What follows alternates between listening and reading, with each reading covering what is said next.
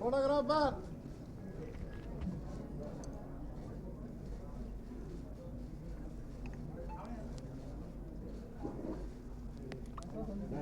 கொஞ்சம் வெயிட் வச்சுங்க.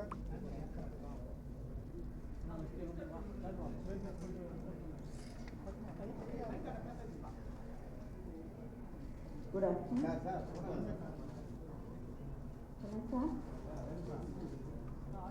Audio level sir, audio level கொஞ்சம் ஏற்றுங்க sir.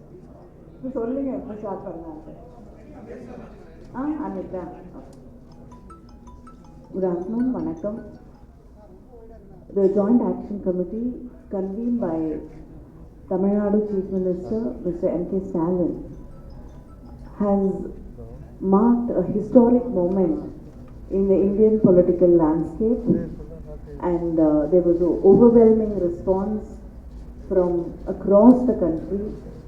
Many leaders, chief ministers, like the Kerala Chief Minister, the Chief Minister of Telangana, the Punjab Chief Minister, the Deputy Chief Minister of Karnataka, the Working President of TRS from Telangana, and there was a message from the former Chief Minister of Odisha, and representatives from BJD, representatives and President of the Akali Dal from Punjab, Kerala Congress Committee President, and IUML leaders, Revolutionary Socialist Party of Kerala leader Mr. N.K. Premachandran, Senior MP, and representatives of AIM from Hyderabad, Kerala Congress M, Kerala Congress from Kottayam, and different leaders from across the parties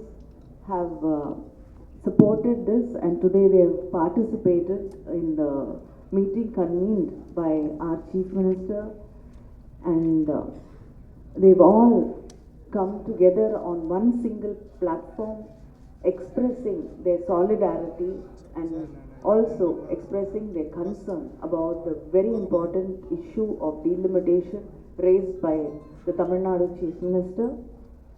And together in one voice, we stand together to fight for fair delimitation. And I'd like to read the resolution which is being passed today. The JAC expressed its deep concern on the lack of transparency and clarity in the impending delimitation exercise without any consultation with the various stakeholders. The JAC expressed its appreciation for the Honorable Chief Minister of Tamil Nadu for taking up this initiative to safeguard the political and economic future of performing states in India. Based on the various points and scenarios put forth by the representatives during the discussion, the JAC unanimously resolved that any delimitation exercise carried out by the Union government to improve the content or character of our democracy should be carried out transparently, enabling political parties of all states, state governments, and other stakeholders to deliberate, discuss, and contribute. Given the fact that the legislative intent behind the 42nd, 84th, and the 87th constitutional amendments was to protect, incentivize states which had implemented population control measures effectively, and the goal of national population stabilization has not yet been achieved. The freeze on parliamentary constituencies based on 1971 census population should be extended by another 25 years. The states which have effectively implemented the population control program and consequently whose population share has come down should not be penalized. The Union government must enact necessary constitutional amendments for this purpose. The core committee, consisting of members of parliament from the represented states, will coordinate the parliamentary strategies to counter any attempts by the Union government to undertake any delimitation exercise contrary to the principles mentioned above. The core committee of MPs shall submit a joint representation on the above lines to the Honorable Prime Minister of India during the ongoing parliamentary session. The political parties from different states represented in the meeting will initiate efforts to bring about appropriate legislative assembly resolutions in their respective states on the issue and communicate the same to the Union government.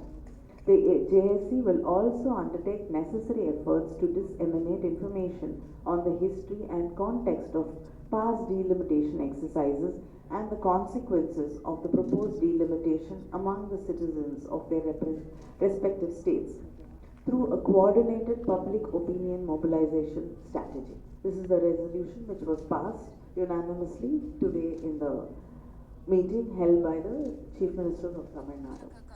Why particularly 25 years, madam? Pardon? Why particularly 25 years? Because previously when it was frozen, it was done for 25 years, and I hope we will see better days in definitely 25 years. Yeah. என்னங்க எல்லாரும் வந்திருந்தாங்க. திரிணாமுல் காங்கிரஸ் மட்டும் அவர்களால் வர இயலாது அப்படிங்கிற ஒரு சூழ்நிலை. அதை தாண்டி அங்கே ஆந்திராவிலிருந்து திரு ஜெகன்மோகன் ரெட்டி அவர்களுடைய கட்சியிலிருந்து வருவதாக இருந்தது. ஆனால் வர இயலவில்லை என்றாலும் அவங்களுடைய கருத்தை தெளிவாக வெளிப்படுத்தி இருக்கிறார்கள். இன்று நம்முடைய முதலமைச்சர் அவர்களுடைய கருத்துக்கு ஏற்றுக்கொண்டு இந்த முக்கியமான விஷயத்துடைய டீலிமிட்டேஷன் அப்படிங்கிறது எவ்வளோ முக்கியமான ஒரு கருத்தாக்கம், அது எவ்வளோ தேசிய அளவிலே எவ்வளவு முக்கியமான ஒன்று என்பதை தானும் உடன்படுவதாக, தன் கருத்தோடு உடன்படுவதாக அவர் தன்னுடைய கருத்தை வெளிப்படுத்தியிருக்கிறார். என்னங்க நான் சொல்லலைங்க, அவங்களே சொல்லியிருக்காங்க. இன்னைக்கு அவங்க பிரதமருக்கு ஒரு கடிதம் எழுதியிருக்கிறாங்க. அதில் மிக தெளிவாக அவங்களுடைய ஸ்டாண்ட் நம்மளுடைய முதலமைச்சர் எடுத்திருக்கக்கூடிய இந்த டீலிமிட்டேஷன் விஷயத்தை ஏற்றுக்கொள்ளக்கூடிய ஒன்றாக இருந்திருக்கிறது.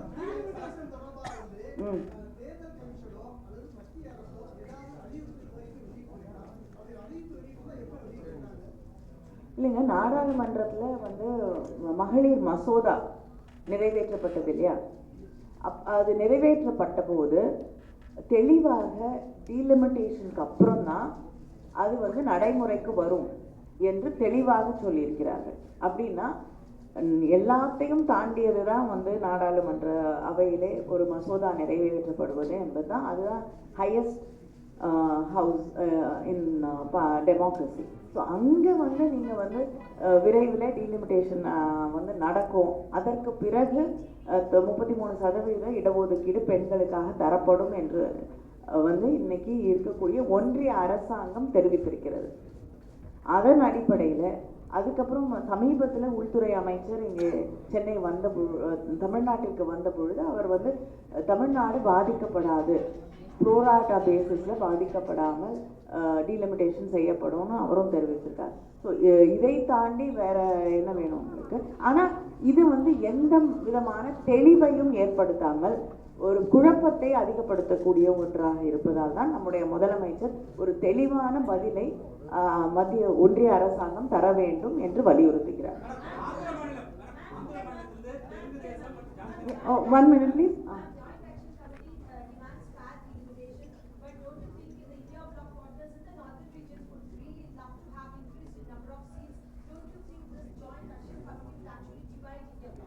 No, we are not dividing, because asking for our rights is not going against anybody else.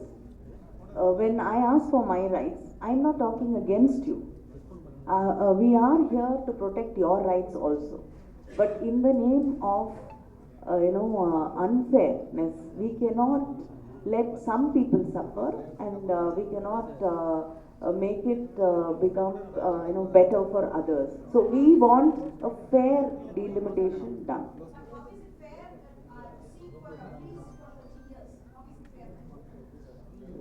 If we can come up, because in today's legal system, delimitation can be only done based on the population, and there are states which have implemented population control. So nobody should be punished for good administration. I'm sure you agree with that. Nobody can be punished for better health numbers, better education, better statistics when it comes to taking care of its population, better education. So states like Tamil Nadu, Kerala, Karnataka, Punjab cannot be punished because we've controlled population. That is what we're saying. Last all party meeting, you wanted the freeze on the present proportion percentage wise, and you wanted the constitutional that. Are you demanding the same thing or is there a slight change? No, we are saying like last time when it was done, there was a freeze on doing delimitation based on population. So that is exactly what we are demanding. Yes, we are saying freeze delimitation based on population for another 25 years. Yes. அரசியல் reader சொல்லுங்க.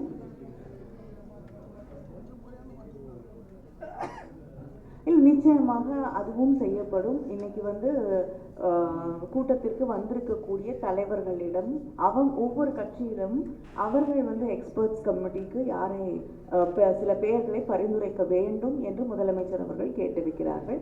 அதன் அடிப்படையிலே ஒரு குழு நிச்சயமாக அமைக்கப்படும் விரைவில்.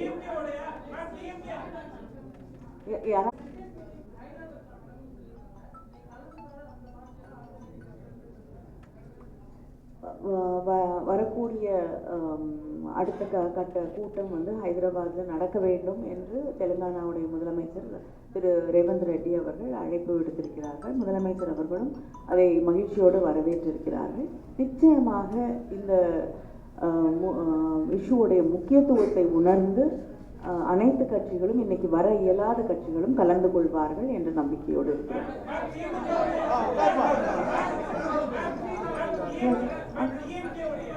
என்ன சாரி கேட்கல.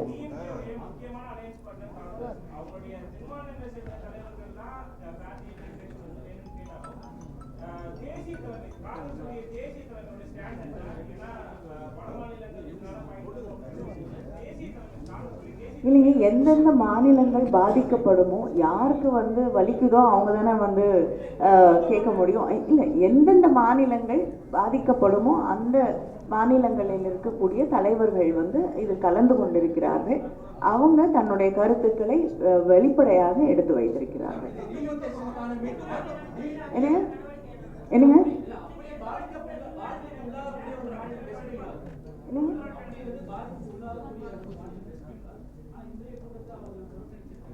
இல்லைங்க, அவங்க எந்த கூட்டத்தையும் புறக்கணிக்கலைங்க. இன்னைக்கு வர இயலவில்லை அவர்களால். நிச்சயமாக அடுத்து வரக்கூடிய கூட்டத்திலே கலந்து கொள்வார்கள் என்று நிச்சயமாக நாங்கள் நம்புகிறோம்.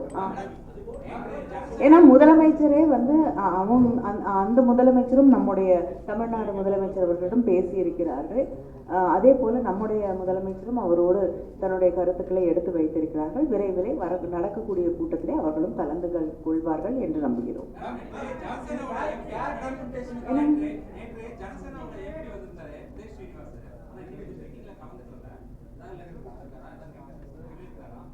இல்லைங்க, அவங்களுடைய டெப்யூட்டி சீஃப் மினிஸ்டர் விரைவிலே நம்முடைய முதலமைச்சர் அவர்களோடு தொடர்பு கொள்வார்கள், பேசுவார்கள் என்று தெரிவித்திருக்கிறார்.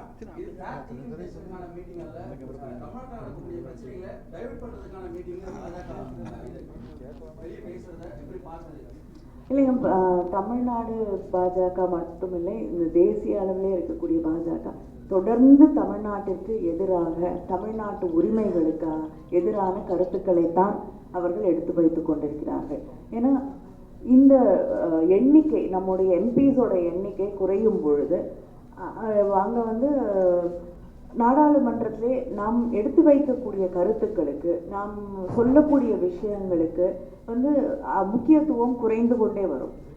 நம்மளுடைய ரெப்ரசன்டேட்டிவ்ஸ் குறையும் போது நம்முடைய மாநிலத்திலே இருக்கக்கூடிய முக்கியமான விஷயங்களை அங்கே இருக்கக்கூடிய ஒன்றிய அரசாங்கம் கருத்தில் கூட எடுத்துக்கொள்ள வேண்டிய அவசியம் இல்லாத ஒரு நிலையை நோக்கி தள்ளும். இன்னைக்கே ஒவ்வொரு விஷயத்துக்கும் நாம் எந்த அளவிற்கு போராட வேண்டி இருக்கிறது என்பதை நாம் கண்கூடாக பார்த்து கொண்டிருக்கோம். நமக்கு வர வேண்டிய நிதியாக இருக்கட்டும், மாநில உரிமைகளாக இருக்கட்டும். இப்படிப்பட்ட ஒரு சூழ்நிலையிலே நாளைக்கு எதிர்காலத்திலே நம்மளுடைய ரெப்ரசன்டேட்டிவ்ஸ் அதுவும் குறையும் பொழுது நம்முடைய குரல் அங்கே இன்னும் பலவீனமாக கூடிய ஒரு ஆபத்து இருக்கு.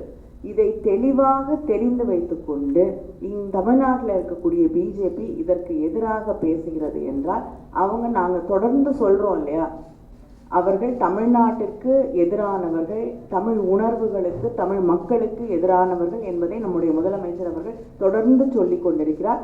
அதை மிக தெளிவாக தெளிவுபடுத்தக்கூடிய ஒரு நிலைப்பாட்டை தான் அவர்கள் எடுத்திருக்கிறார்கள்.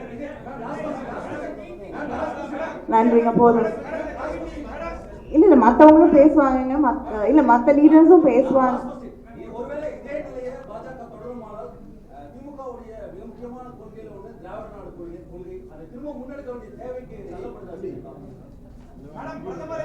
இல்லைங்க, ஒரு பிஜேபியோடைய கருத்துக்களை தமிழ்நாட்டு மக்கள் புறந்தள்ளி விட்டார்கள்.